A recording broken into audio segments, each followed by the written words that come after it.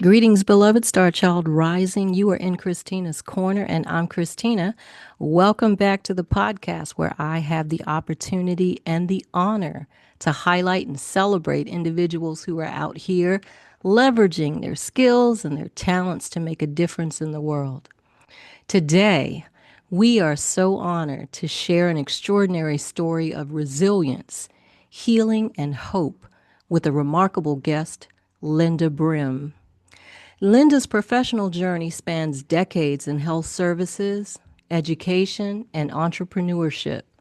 She founded, see if I can say this right, Niitsitapi LLC in 2020, a family owned marketing and branding agency dedicated to empowering small businesses during the challenges of the COVID pandemic.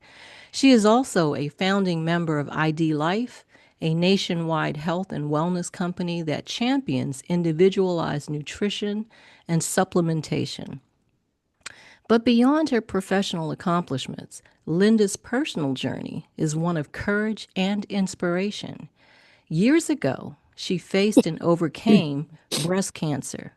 Then, in 2024, she was diagnosed with pancreatic cancer that had spread to her liver, a devastating prognosis. Yet Linda's story did not end there. Through faith, determination, and an openness to alternative healing, she discovered genuine Essiac tea on social media, began taking it daily, and today she is cancer free.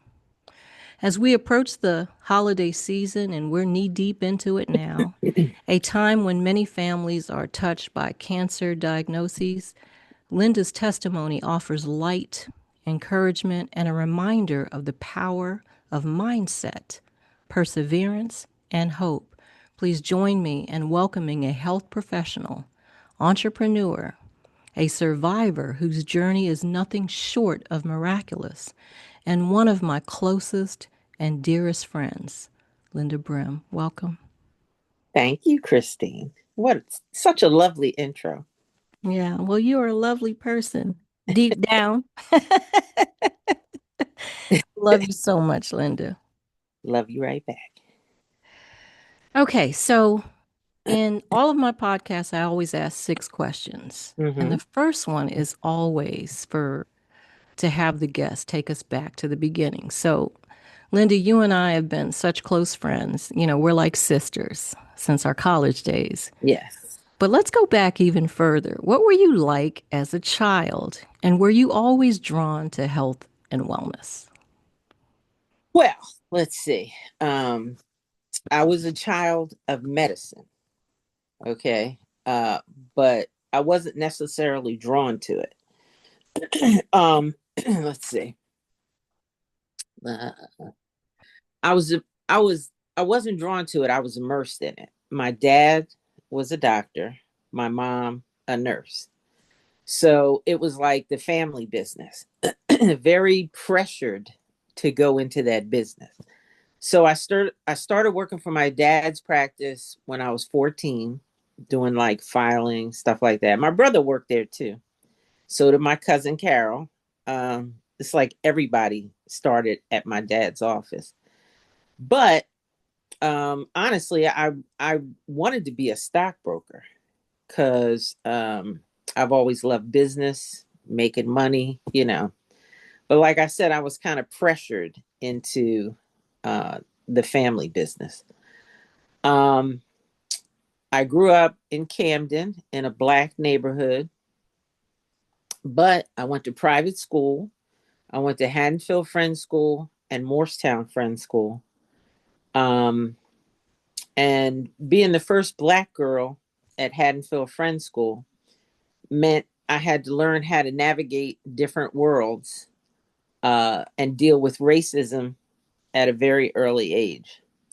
So between that and going to camp in East Stroudsburg, Pennsylvania for 8 years, I Mm. learned very quickly how to code switch and be comfortable in any environment.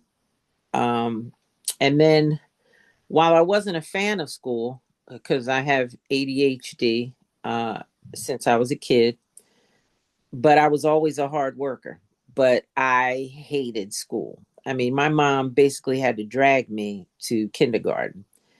Uh, so let's see, I was spoiled with travel and nice things. You know, my dad spoiled me, but I never expected things to be handed to me. I always worked. I mean, I was a hard worker. So, basically, that's how I was as a kid. Like I said, I wasn't drawn to medicine. Um, I just, my parents expected either myself or my brother to become a doctor. And so, we both were at Oglethorpe. I got a chemistry degree at Oglethorpe, ready to go into medical school. I took the MCATs, and when I was deciding on whether or not to be a doctor or a nurse, I looked at it like, okay, how long do I have to go to school if I want to be a doctor or if I want to be a nurse? But I was accepted into the University of Medicine and Dentistry here in Jersey. And then when I thought about it, that would have taken me 4 more years of medical school, um, 2 years residency after a 1 year internship. So that's 7 more years. And then I said, how long will it take me to be a nurse? 2 years. It was like a no brainer.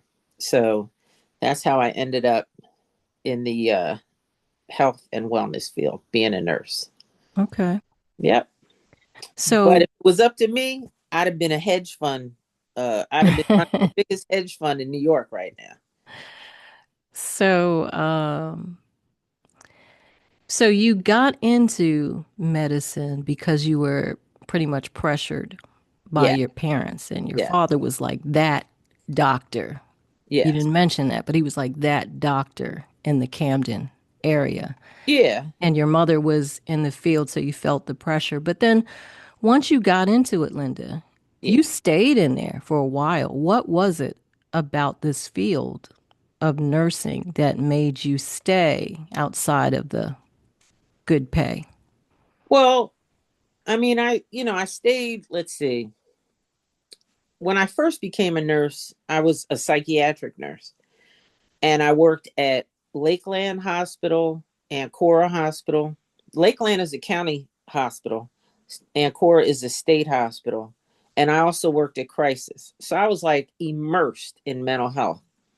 After that, because of my skills in mental health, I was like recruited by the Camden City Schools to be the school nurse at Camden High School because they need mental health care at that Mm-hmm. school. So I went to work there, and Camden High got such a bad rap. Um, the kids, they the kids, I love the kids there, and I think that's one of the reasons why I stayed as long as I did, because I really liked the kids. I hated the school district because it was run by a bunch of morons, but um, the kids themselves, I love the kids. So that's probably why I stayed. Yeah. Okay. Okay. All right. Thank you for sharing. Number two. So, as I mentioned in the intro, you have faced cancer twice in your life. Yep. First, breast cancer, and then pancreatic cancer that had spread to your liver. Can you share how those experiences shaped your perspective on health and healing? Sure. Okay. So, I mean, it's definitely been a journey. So, when I had breast cancer in 2010, it was caught early. A lumpectomy and radiation did the trick with that. Uh, but then the pancreatic neuroendocrine tumor last year, that was a totally different ball game. Actually, I was, it was like divine intervention that I found out that I had cancer. because it was a day in August. I had this like bad stomach ache, and I don't get stomach aches, but it was so bad that I went to the emergency room. So they did like a CAT scan, and the ER doctor, this was at Virtua. The doctor had the worst bedside manner ever. He just walked right in and said, "Oh yeah, your CAT scan showed you got pancreatic cancer. You got a tumor on your pancreas." Like, and I'm sitting there looking at him, and as soon as I heard that, like my stomach dropped. Pancreatic cancer, because Mhm. usually that's like a death sentence, pancreatic cancer. But a neuroendocrine tumor is actually a rarer form of pancreatic cancer that can actually be treated and beat. So it was lucky that I found it. And the stomach ache had nothing to do with the cancer. So I was really lucky in that respect. Um, my oncologist told me it could have been another 3 or 4 years till I even noticed that I had a tumor. Mm. But so, let's see. So when I saw, when I found out that I had the tumor, I didn't get too emotional. I went into nurse mode, and I told myself like, all right, what do I need to do? Uh so I'm thinking I got to find the best doctor, and I got to get this cancer out of me. So my perspective now is that healing requires a multi-pronged approach. You got to have like top tier surgery. Shout out to Dr. Vollmer and Roses at University of Pennsylvania. I had one of the best pancreatic surgeons in the world. Um, and pharmaceutical support, like I get this shot every month called lanreotide. It's just one shot, but it's a hormone that's supposed to stop the spread of cancer anywhere past my liver. And I still get that shot. And then you also have to look outside the box and look at your nutrition, supplements. You can't just sit back and just, wait for everyone else to do everything. You got to be proactive. You got to be the driver. Mhm. So that's the approach I took. Okay. So you kind of answered the next question that I was going to ask you, which was how did your background in nursing help you when you heard this news? So it was a combination of divine intervention, as you said. Definitely you were protected and watched over. And then your nursing health background kicked into gear when you heard this. But that brings me to the next question. So I know through experience with you how strong you had to be to keep your son's spirits up while Oh, you were wait, going through treatment. let me stop you because I was ready to answer your other question though. Okay. You wanted to know, as a health professional, how my background in nursing influenced my recovery, right? Right. Okay. So, because I'm a nurse, and let's see, you got to use that logic, you know, like the logic I used to become a nurse. Like I just took the logic of how much debt would I be in, how long will this take, like that's how I approach Right. things. Like I look at what I'm facing, and then A, B, C. So in recovery, I use the same logic. My oncologist originally sent me to a transplant surgeon, which, I went and saw her, but I'm like, why see a transplant surgeon? I'm not getting a transplant. But thank God I listened to my child, Justin, who pushed me to get another opinion from another surgeon. And that's how I found Dr. Vollmer, who was a world renowned pancreatic surgeon. And let's see, also being a nurse let me look at like I can look at all my test results and with a clear eye and say, okay, the cancer is moving down into my liver. So what do I need to do?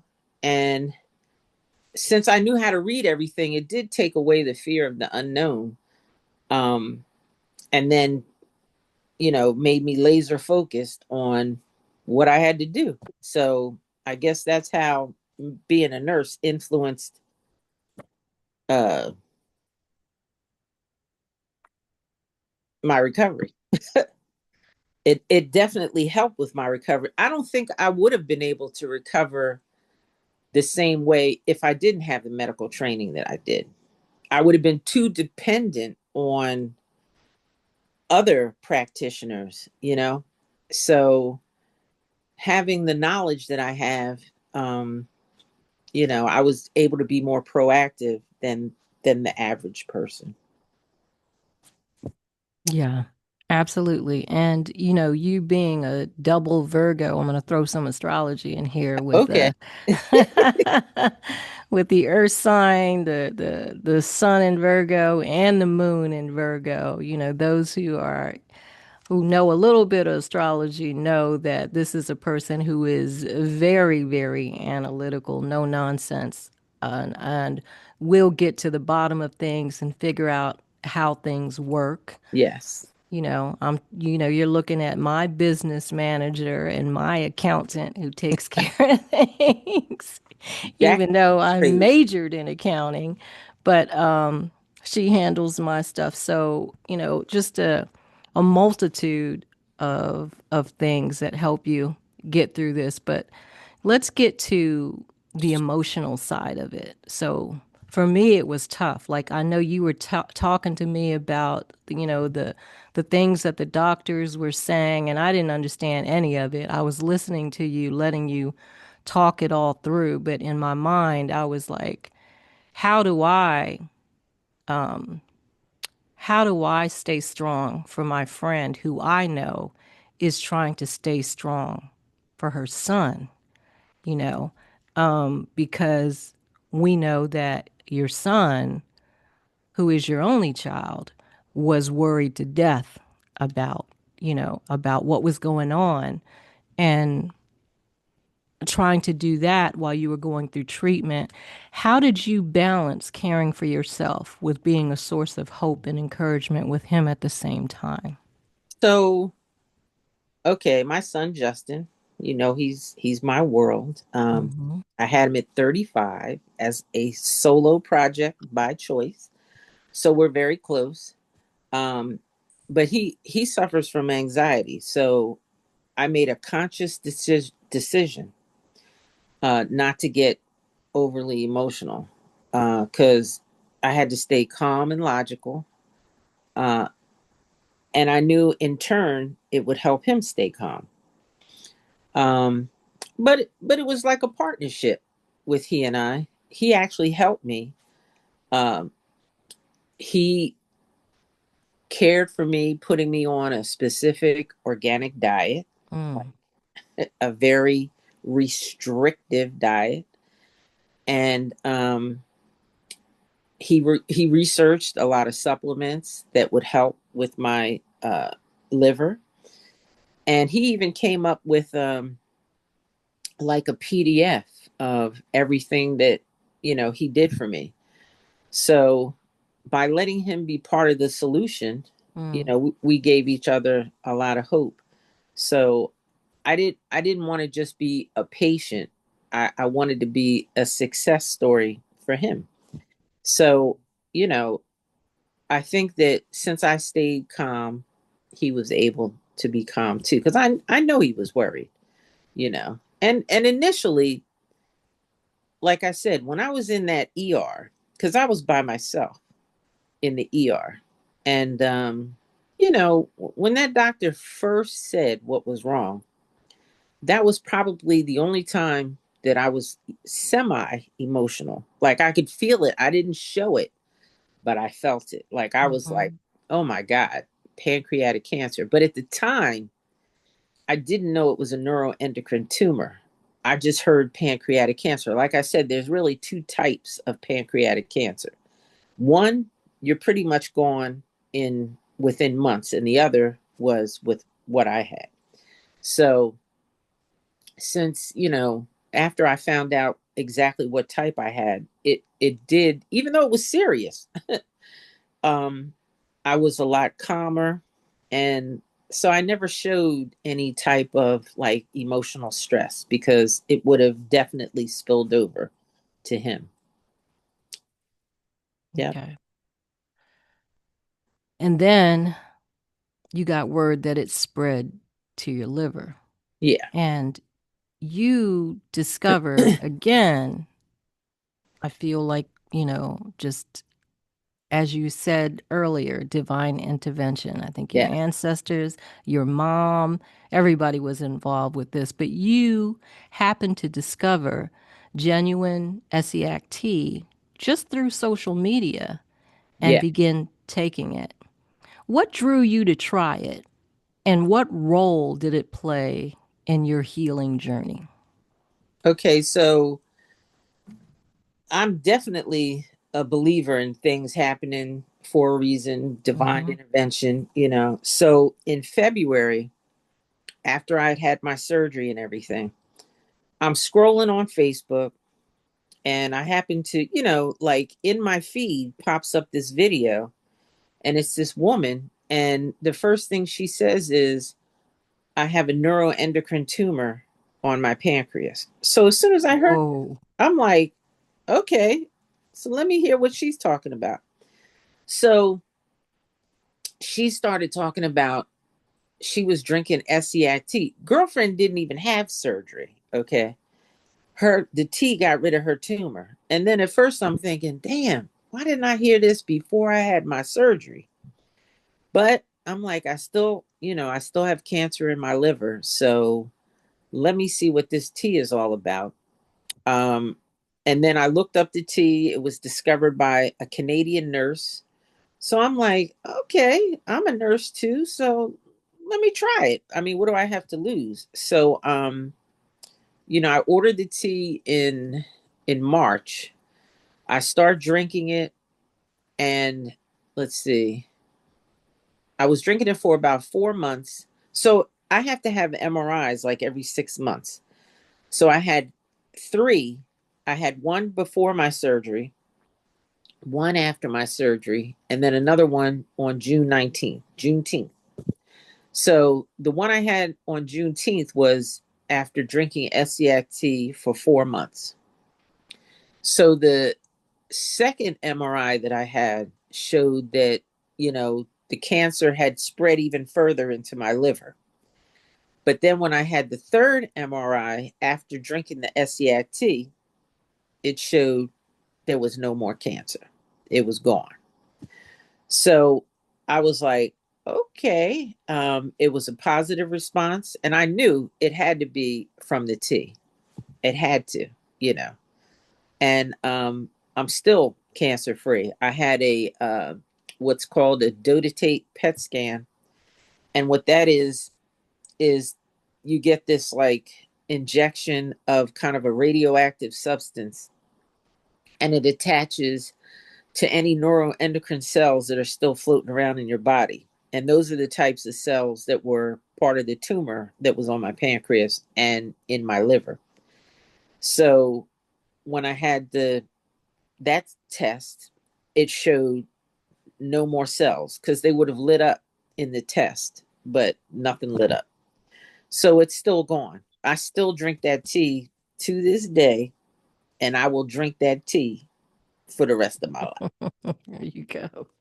forever.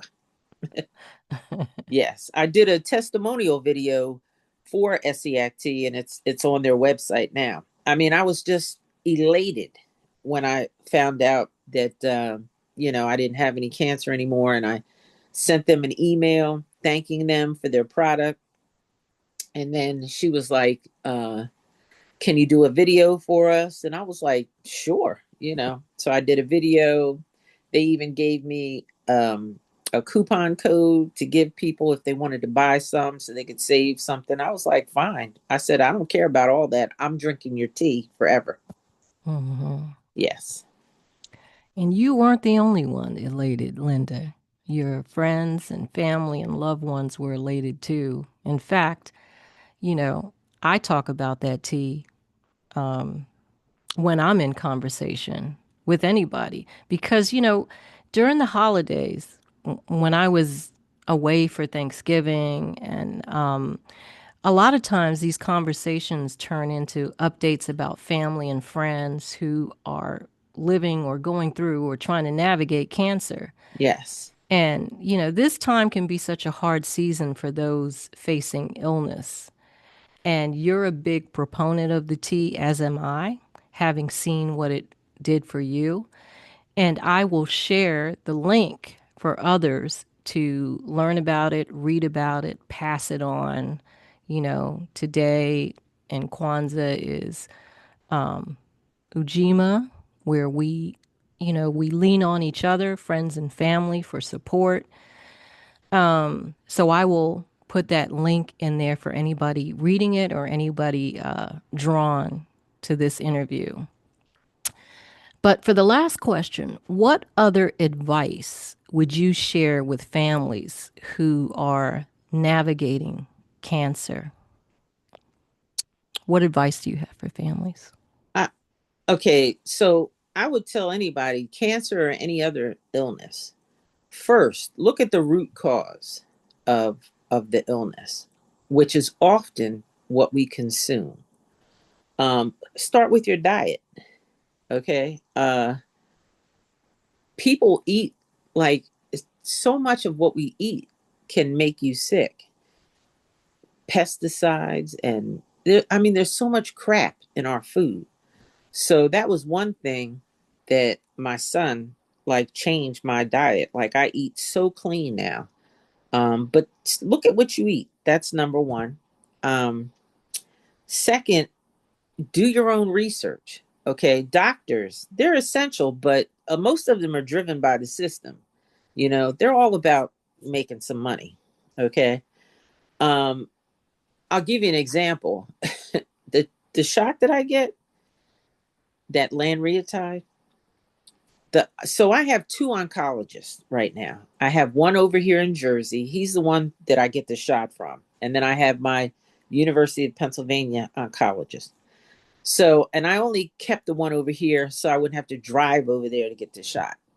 But this guy bills $29,000 for one injection every month. 29 grand Mm. for a shot. Okay, not an IV, not just a shot.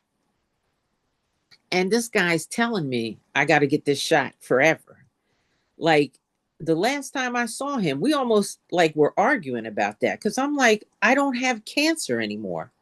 Why am I still getting this shot? And his thing is, oh, it's the lanreotide that's keeping the cancer away. He didn't even want to hear about the tea. Okay. I think they're driven by money. Okay. So I look at my dad, though, who he was the type of doctor that looked for a solution, a cure. He wasn't driven by money. He would try to find something that was going to fix his patients, not just treat his patients. So, you know, he saw people and treated them regardless of money. And you don't see that much anymore with doctors. You see doctors that are driven by money. But seek that kind of care. Like find a doctor that is not driven by the system. And then don't be afraid of alternative medicine. Don't be afraid of alternative options. So like Essiac tea. So you can use my story as a reference, but like just to give you a little bit of statistics, between the ages of 45 and 64, the cancer death rate for Black women is higher than for white women. often due to disparities in access and late diagnosis. So you got to be proactive. You got to get the MRIs. You know, a lot of doctors nowadays won't even order certain tests. Like they, you know, you got to get so many things pre-certed, you know, and doctors don't want to go through the trouble. You know, if you got insurance, use it and insist on getting those tests. Um, let's see. Trust your gut, you know? So don't just settle for like a doctor managing a disease. You know, you want to get rid of it. You don't just want them to manage it, you know? So let me see. Also, I'll give you a couple more statistics. So, according to the American Cancer Society, Black women have a 4% lower incident rate of breast cancer than white women, but have a 40% higher death rate. Why? That does that make sense to you? Uh-uh. 4% lower incident, but you 40% are going to die? That's crazy. Pancreatic cancer. Black Americans have the highest incident rate of pancreatic cancer of any racial or ethnic group in the US, facing rates up to 20% higher than any other groups. Okay. So like I said, you know, just be proactive. Um, try to find yourself like a really good doctor. I look for doctors like female women of color.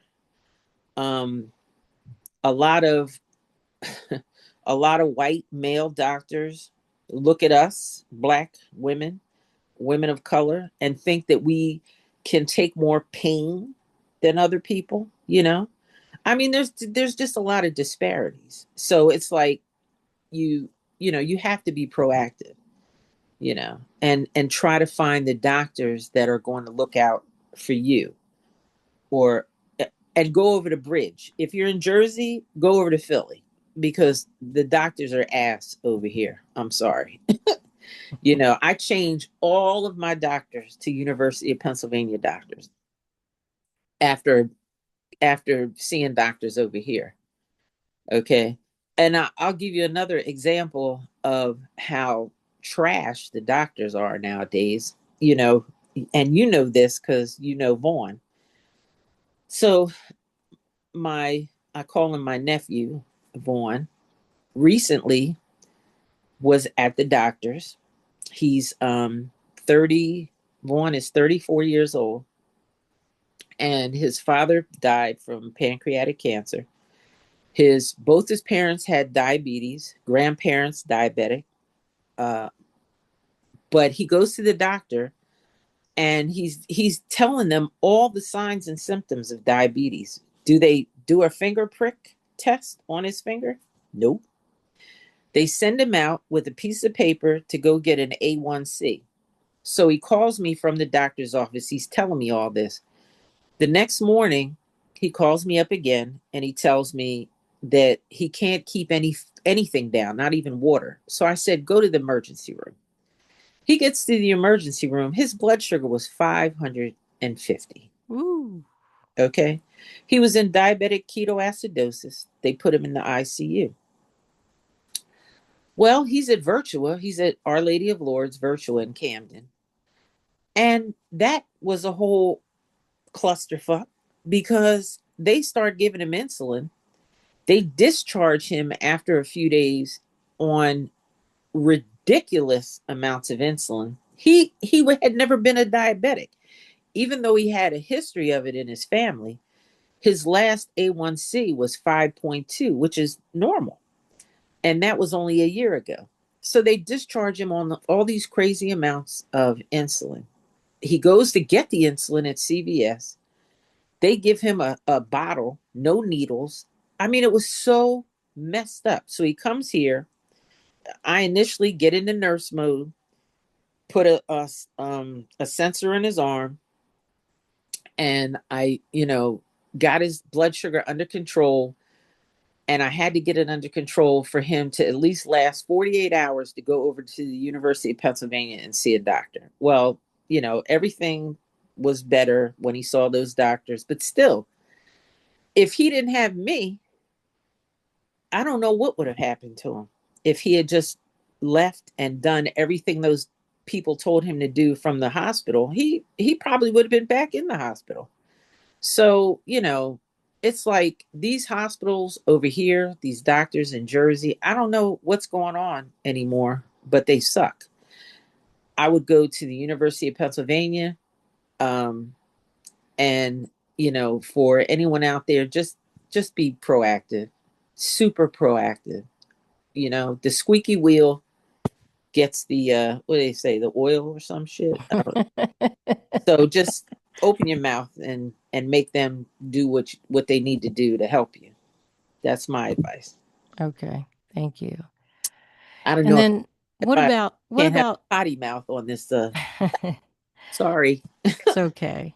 Um, what about so you gave us a lot of advice on how to navigate it through, how to, um, initiate things for yourself, stand up for yourself, Yeah. advocate for yourself.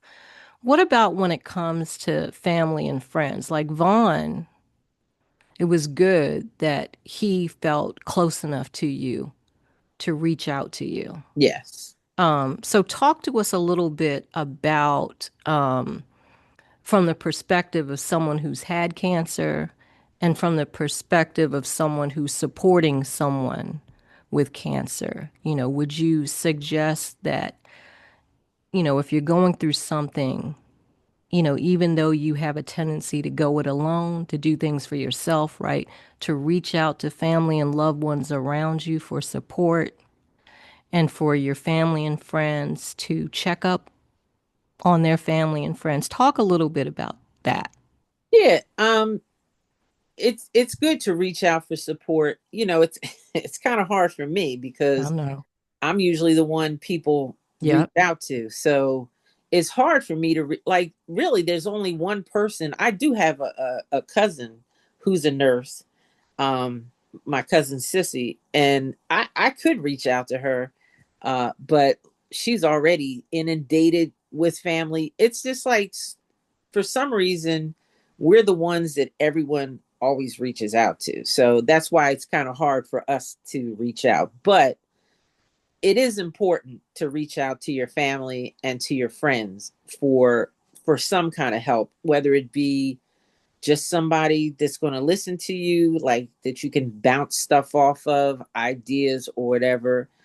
Especially if you don't have any medical background and you don't really know what to tell somebody. Mm-hmm. But just, reach out to people though for support. If you need somebody to take you, like you did, you took me to a lot of my appointments at in Mm-hmm. Philly, you Mm-hmm. know, even though I did the driving, I but know. I it know. was You nice. ain't had to mention that, It Linda, was but yeah. it was nice though to to have somebody come to the doctors with me. It was Mm-hmm. nice. Mm-hmm. Justin, he does that too. So yeah, because you do need some support. You can't do everything yourself. It is hard. Mm-hmm. Um, but if you do have any medical people in your family, reach out to them. Mm-hmm. Call them up. Um, One thing I even thought about doing was to just be like an advocate. You know, for I mean, I already am, but like, if I don't mind when people call me and ask me, like Charlotta recently called me, and we talked about her predicament because she was in a bad car accident, Mm. and I have a lot of experience with social security and disability, and so I'm not a gatekeeper. Like, if I know what can help you, I'm going to tell you. I'm not gatekeeping squat over here. Okay. So yeah, reach out to whoever you can reach out to. You know, don't go it alone. Mm-hmm. And if you are a friend or a family member of someone who is going through some stuff, it's important for you We all get busy in our day to day lives. We all have stuff that we have to navigate through. But, take the time to check on, your family, check on your friends, Yeah. to, you know, keep tabs on what's happening because you never know what people are going through. Yes. You never know. Yeah. And life is short. It is. It's very short. Um, I mean, it's like you blink, you know, like my child will be 30 in February. And I'm like, damn, I can remember when your ass was pregnant. You Right. know, going to that to your baby shower and Yep. your child is grown. You know, Mm-hmm. she's grown Mm-hmm. into a lovely young lady. So it's like you bat your eyes and it's like, damn, where's the time? Yeah. And at the rate that we are losing people in this day and age, left and right, Yes. um, it would behoove all of us to stay in touch with our loved ones, to check on them from time to time. I am so glad that I'm in this space and time, just living 10 minutes away from you. Yes. So we can touch base and encourage each other and inspire each other and cuss Right. each other out from time to time, but, live and move forward with love, Yeah. and so I'm so glad you were able to take the opportunity to have this interview with me, and whoever feels called to or feel drawn or resonates with this interview, you can have the link to the Essiac tea, but more importantly, to understand the importance of checking in with loved ones, Yes. being there for each other, and spreading that type of unconditional love because it's so important. Because time goes, we're here and gone in a blink of an eye, you know. That's right. So That's right. And you don't want to have any regrets, that's right. especially when people pass away and then it's like, "Oh my God, why didn't I call them? Why didn't I reach Mhm. out?" And then, you know, you're not going to be able to because they're gone. Well, I love you, Linda, my friend. Thank you so much I love you for too. sharing your wisdom and knowledge and potty mouth. And love and light to all of you listening. Have a great night. Bye bye.